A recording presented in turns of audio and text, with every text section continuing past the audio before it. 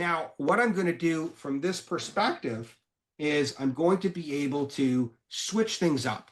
And in order to do that, I'm going to be able to switch to the agentic side. So it's over here. I'm going to go to the agentic side, and I'm going to now turn that on. Okay, so now we're switching over from that perspective, and I'm just going to go ahead and refresh my screen in terms of what I've got here. And now I'm in a more of an agentic side of things in terms of what I'm looking at. So once I'm in here, I can go to my menu that's over here. I can go to my content that I have, and I've created some stuff that is ready for us to be able to engage with. I've got some reports that are here. So an example, I've got a report here that's sales by manufacturer, just to show kind of a, building off some of the standard, some basic reports that are there that I've got. So this is sales by manufacturer. If I want to look at something, something else that's going to be sales by salesperson, again, just giving me some reports broken down similarly to what we just did, but these are kind of like, these are already been saved. And again, as you're opening them up, they are opening up with that dynamic information. Finally, I've got this other one that's here, which is sales by product line. So once I'm in a report, so this is a sales by product line where I've got multiple years with multiple metrics. And now I have the ability to go into the assistant. Now, once I'm in the assistant, now I'm in from the agentic side of things. And some of the things that we can do from the agentic side of things is we can do things like explain, do a find, find reports that answer your questions. So a lot of people have a lot of these reports that are ready, that are there, but they don't know where to find them. So they can ask a natural language question to be able to find a report that answers that question that they've already want to be able to see. Or they have the ability to summarize, or they have the ability to share, or they can create some reports. So again, all this stuff is giving that natural language. So if I want to have something like, I have this report in front of me, I can say, summarize this report.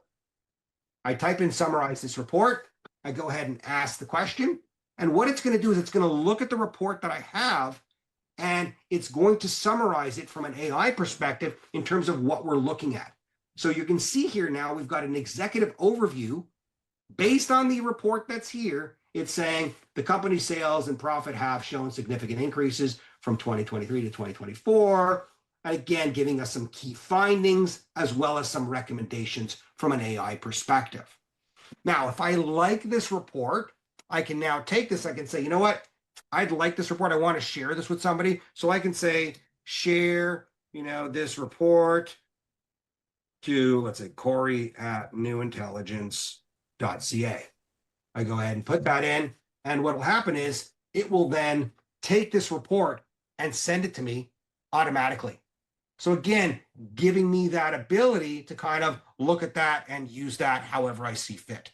So again, really giving me that, that capability in terms of what I want to be able to do and how I want to be able to do it.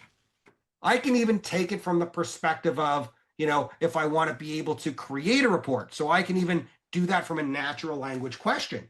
So I can say something along the lines of, create a report by year, by salesperson for sales.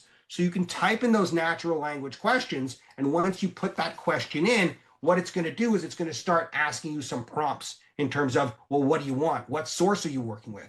So I can go ahead and choose my source that I want, that I've created. So I've got these packages that are here. I can pick the one that I want. And once I do that, it's going to go ahead and, based on the information or what I'm asking for, it's going to start creating that report. So again, I can now just click on open.